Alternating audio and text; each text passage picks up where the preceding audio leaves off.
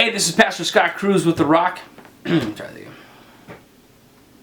Hey, this is Pastor Scott Cruz with The Rock, and I want to thank you for checking out the Deeper Rock today. It's really important. Yesterday I went through a whole bunch of different kinds of evangelism that churches sometimes do. I want to talk to you a little bit about evangelism that we're going to be pushing in The Rock. I'm not going to say that we're not going to do other forms of evangelism, but the things that I really believe that are going to be the most bang for the buck. You know, we only got 24 hours in our day. We've only got so much money in the bank. How are we going to present the gospel to our community? And I believe that what Jesus shows us in walking across the room, and we're going to look deeper at that here in coming days, is more sustainable than with these others. A lot of the problems with the things that I talked about yesterday, the door-to-door, the concerts, the different ways, is that they're high energy and they're very difficult to sustain. And thing is that people don't come to the Lord just like that. You know, think of your faith journey. It's usually more of a process than an event in most people's lives. Now, sometimes God comes in and changes somebody a whole bunch right at once, but that's not the way it usually is. Typically, it's a much slower process, and it's a process, and Jesus recognized that in the way that he dealt with people when he walked across the room. And so at The Rock, it might look we're going to be having events at The Rock that are going to be on Sunday morning, because I've learned that people who come to an event on Sunday morning have a greater chance of sticking to the church than somebody who comes to an event on an off night.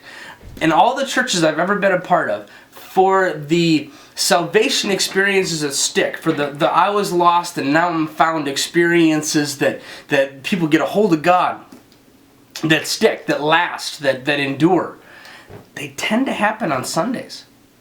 That's just what I've seen. And I've been doing this for a while, and so we're gonna Sundays.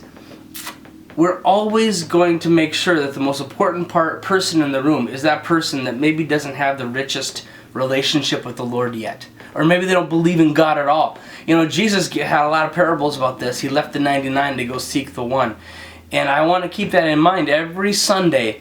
That, you know, and Charles Spurgeon said this. He said that no matter what you're preaching, you need to take a shortcut to the cross. In other words, we might be talking about evangelism, we might be talking about prayer, we might be talking about whatever. There's lots of topics that we talk about in the church.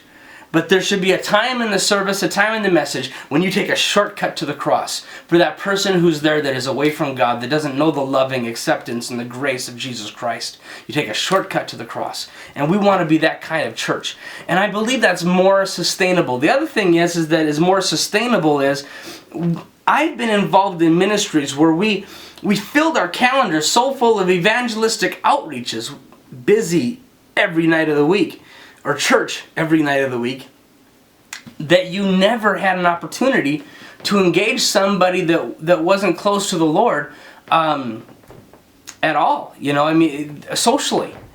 And people don't like being a number. They don't like the feeling that you're only having a relationship with them to notch your belt and move on to the next one. When we love our community, when we love our neighbors, when we love our family, when we love our friends, and we want them to come to faith, well, we have to do it in a way that is genuine, that says, you know what, I'm going to value you, and I'm going to love you, and I'm going to be your friend and spend time with you, whether you're a Christian or not, whether you come to my church or not, because you're valuable. Now, I know you love your family, friends, and you believe in Jesus. He's the best thing that ever happened to you, and if not, he could be the best thing that ever happened to you, and you believe that, and so our tendency and our temptation sometimes to get pushy and to push it. I want to encourage you that lifestyle evangelism where you just show Christ in your everyday life and you share and you live alongside of people, that's more sustainable than having church every night of the week or having lots and lots of evangelistic outreaches. I want the people at The Rock to be rested. I want them to have enough time in their schedule where they have an opportunity to love somebody that's away from God, that doesn't need the results tonight. That we have a long-term view. And if they never come to faith, we're still going to love them. We still want to be their friends. We still want to have them in our lives. And so at The Rock, we want the evangelism to be sustainable, and for the services to be such that you're not going to be embarrassed to bring a friend who is away from God, that they can feel loved and accepted. May the Lord richly bless you, and I hope to see you in church on Sunday.